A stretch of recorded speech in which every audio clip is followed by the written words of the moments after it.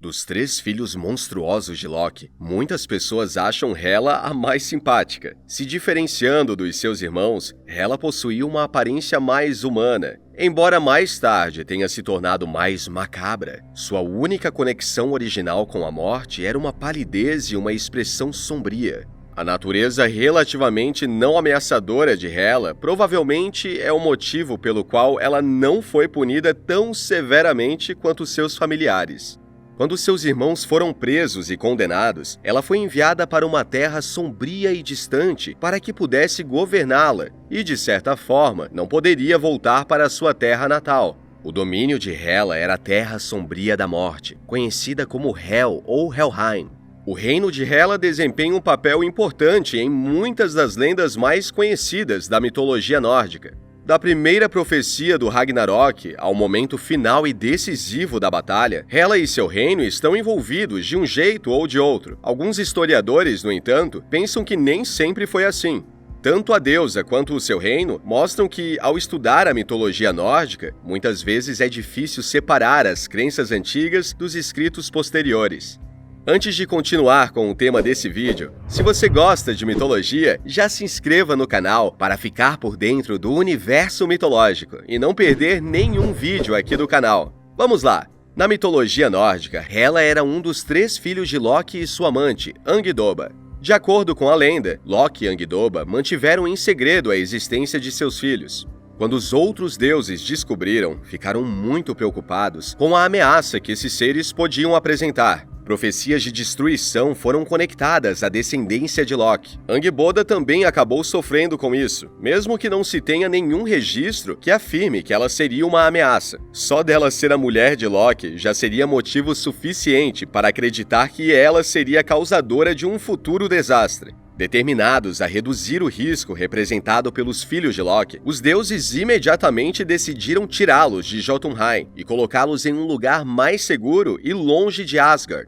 Jormungand, a grande serpente, ainda não havia atingido seu tamanho final quando foi jogada no mar, o que no futuro acabou cercando o mundo todo com sua cauda. Os deuses tentaram por um tempo domar o lobo Fenrir. No entanto, o lobo a cada dia cresceu mais e mais de tamanho, o que deixou a tarefa impossível de ser realizada. Tyr, nessa tentativa, acabou perdendo uma das mãos. Dos três, Hela era menos bestial. Os deuses notaram imediatamente que ela não era uma Jotun comum, enquanto a arte posterior frequentemente a mostrava como decadente e grotesca. A Edda poética afirma que sua aparência sugeria mais sutilmente sua conexão com a morte. Ela tinha uma leve cor cinza azulada e tinha um rosto sombrio e abatido mesmo quando criança. Mesmo ela sendo um dos monstros de Loki, ela não representava a mesma ameaça física imediata que seus irmãos bestiais. Odin decidiu que Hela seria banida, mas não acorrentada como o Fenrir. Ela acabou recebendo o domínio sobre os mortos.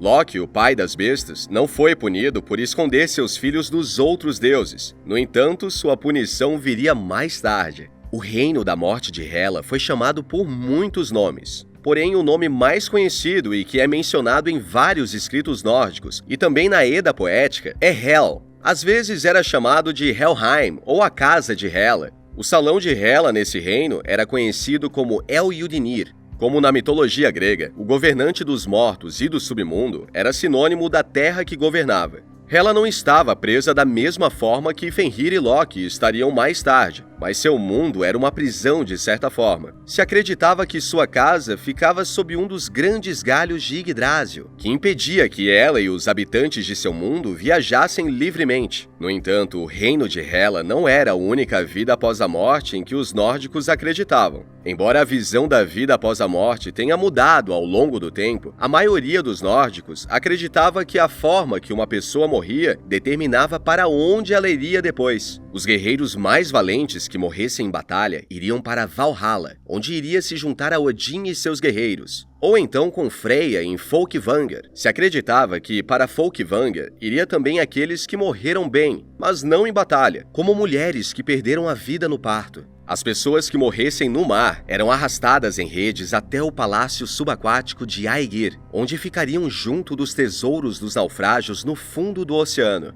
A maioria das pessoas, no entanto, morreria de uma maneira menos gloriosa, como morrer doente em uma cama, velhice, infortúnio ou fome. Nesse caso, o destino dessas pessoas era o reino sombrio de Hela. No entanto, Snorri Sturluson mais tarde alterou a visão de Hel. Influenciado pelas noções cristãs medievais de recompensa e punição na vida após a morte, ele via como o lugar para onde eram enviados aqueles que cometiam crimes terríveis. Durante a maior parte da história nórdica, no entanto, as pessoas pensavam que provavelmente entrariam em Hel depois que morressem. A perspectiva não era convidativa. Hel era um lugar triste e sem alegria, onde uma pessoa comum passaria a eternidade ao lado de Hela. Mesmo que esse destino não era visto como uma punição, era um triste fim. Olhando por esse lado, dá para entender o porquê os vikings buscavam uma morte em batalha a todo custo. De acordo com as lendas, Hela não era cruel com os seus governados, o que de certa forma é uma ironia. A Edda Poética afirmava que ela poderia dar hospedagem e presentes para aqueles que morriam de velhice e doença, proporcionando-lhes algum pequeno conforto em seu mundo infeliz.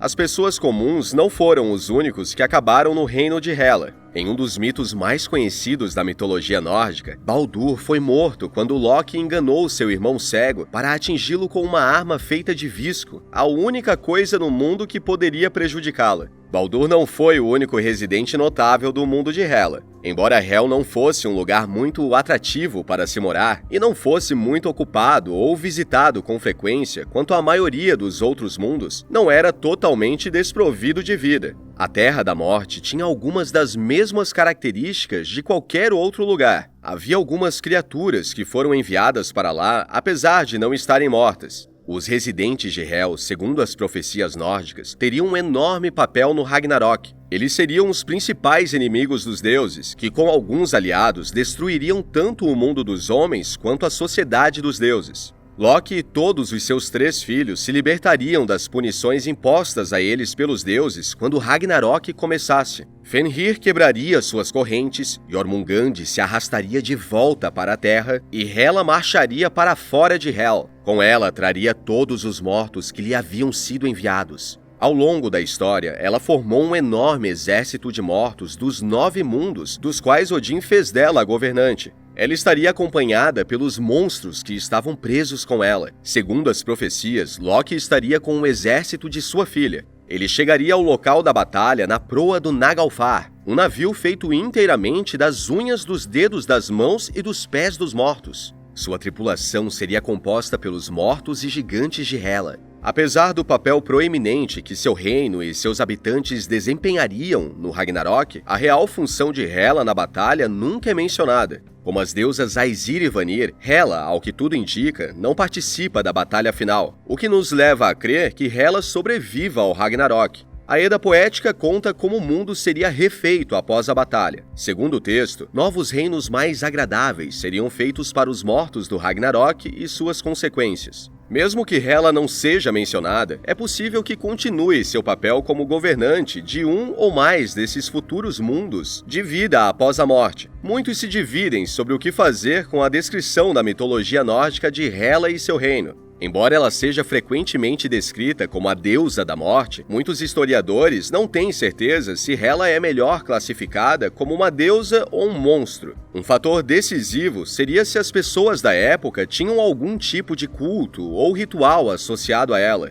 Se as pessoas oferecessem orações e sacrifícios a Hela, ela provavelmente era vista como uma deusa. Infelizmente, é impossível saber se isso aconteceu de fato devido à escassez de informações. Como os rituais não foram escritos e as evidências arqueológicas são escassas e pouco claras, não podemos chegar em uma conclusão. Alguns escritores sugerem que, com base em sua caracterização e associações, parece improvável que Hela fosse vista como uma deusa. Outros, no entanto, usam a religião comparada para refutar essa afirmação. Deusas da morte semelhantes em outras culturas indo-europeias eram vistas como figuras ameaçadoras, mas ainda recebiam adoração. Tão difícil é determinar o quanto da visão do reino de Hel que temos hoje é original da era viking. As descrições mais detalhadas de Hel vêm da Edda Poética, que só foi escrita no início do século XIII. Enquanto Snorri Sturluson ainda escrevia em nórdico antigo e demonstrava familiaridade com obras conhecidas anteriores, seus escritos possuem muitas influências posteriores. Se acredita amplamente que muitas das opiniões de Sturluson sobre Hela foram influenciadas pelo pensamento cristão. Mesmo que a Islândia não tenha sido totalmente cristianizada no século XIII, não podemos descartar essa afirmação. Grande parte da Edda poética é estruturada de forma a torná-la mais palatável para os leitores cristãos e menos ofensiva para a Igreja.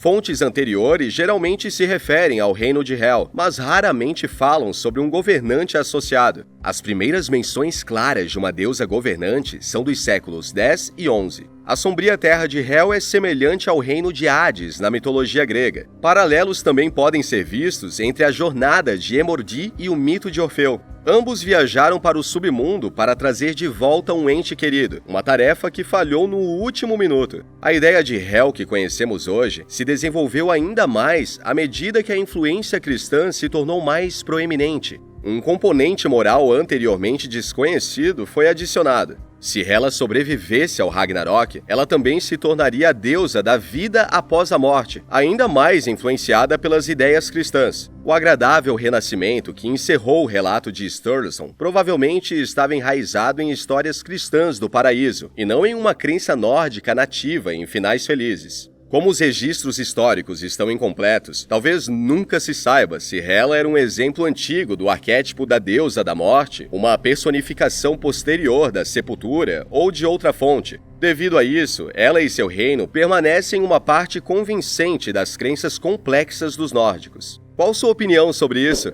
Para você, Hela seria um monstro ou uma deusa? Deixe aqui embaixo sua opinião. Não se esqueça de se inscrever no canal e deixar seu like. Até a próxima!